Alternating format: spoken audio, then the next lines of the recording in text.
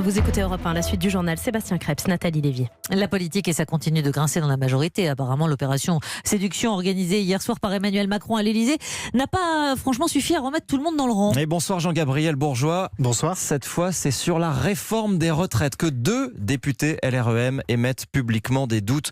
2 membres de la commission des finances ont écrit au Premier ministre et ils soulèvent des questions, toujours sans réponse, sur le coût de la réforme. Oui, car rien n'est clair, estime Émilie Cariou. La députée signe avec son collègue de la majorité, Laurent Saint-Martin, une lettre adressée hier au Premier ministre. Lettre dans laquelle ces 2 piliers de la Commission des finances demandent des réponses sur les impacts budgétaires du projet de loi.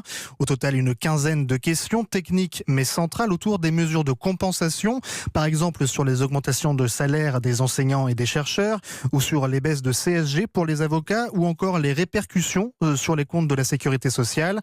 Rien qu'avec les questions de cette lettre, on est sûrement déjà sur un paquet de milliards, selon ces 2 députés. Nous avons besoin des chiffres de l'économie globale de la réforme, réclame-t-il à Édouard Philippe.